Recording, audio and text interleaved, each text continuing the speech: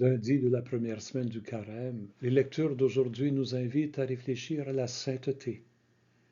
Il y a une cinquantaine d'années, au Concile Vatican II, déjà une soixantaine d'années, les évêques du monde disaient que tous les baptisés sont appelés à la sainteté. Mais qu'est-ce que ça veut dire? Moi, une façon qui m'aide à comprendre la sainteté, c'est de la comparer à la beauté. Il peut y avoir une beauté superficielle, mais il peut aussi avoir une beauté naturelle.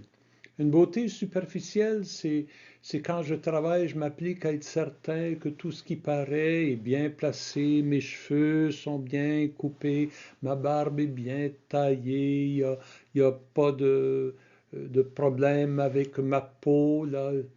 Tout ça, c'est à la surface.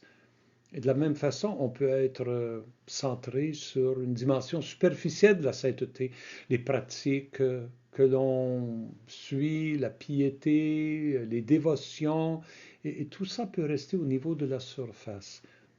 La beauté, la vraie beauté, elle vient de l'intérieur. C'est moins une question de comment on s'organise pour paraître que de simplement laisser ce qu'il y a en dedans de nous transparaître. Et de la même façon, la sainteté, la vraie sainteté, s'enracine dans un cœur qui est bon, un cœur qui est compatissant et un cœur qui est toujours attentif à l'autre.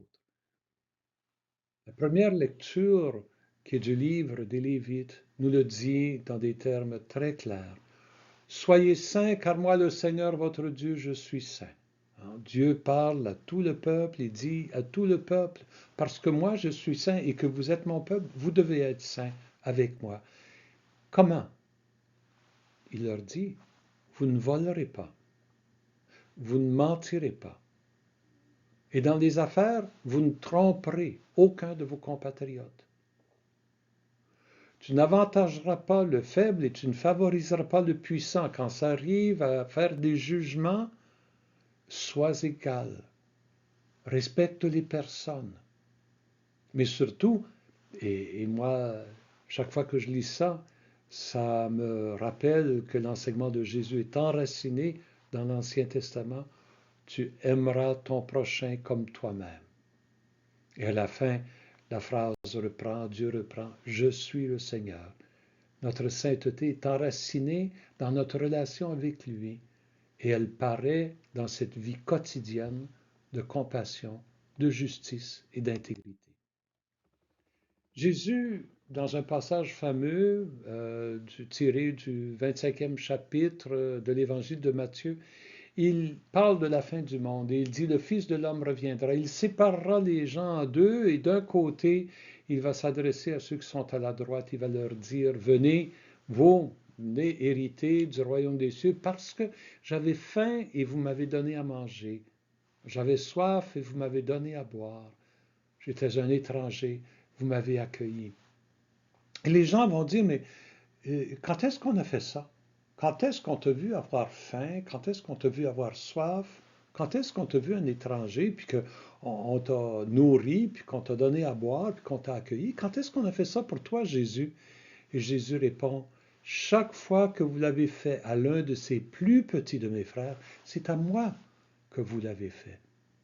Vous voyez, c'est dans la vie quotidienne, quand on rencontre des gens qui sont dans le besoin et qu'on prend le temps de leur être attentif, quand on s'engage pour une plus grande justice dans le monde, quand on s'engage à transformer le monde, nous sommes en train de devenir des saints.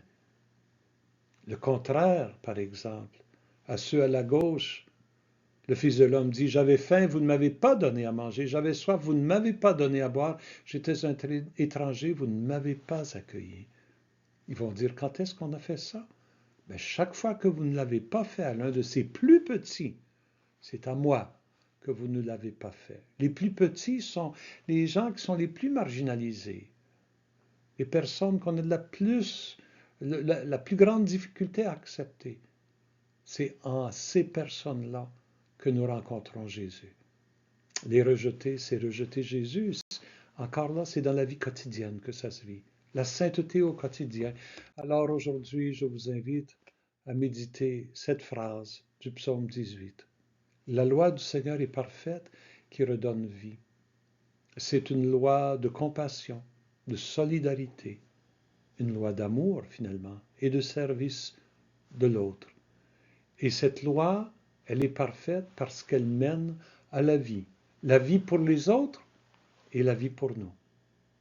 Et dans le fond, c'est ça la sainteté.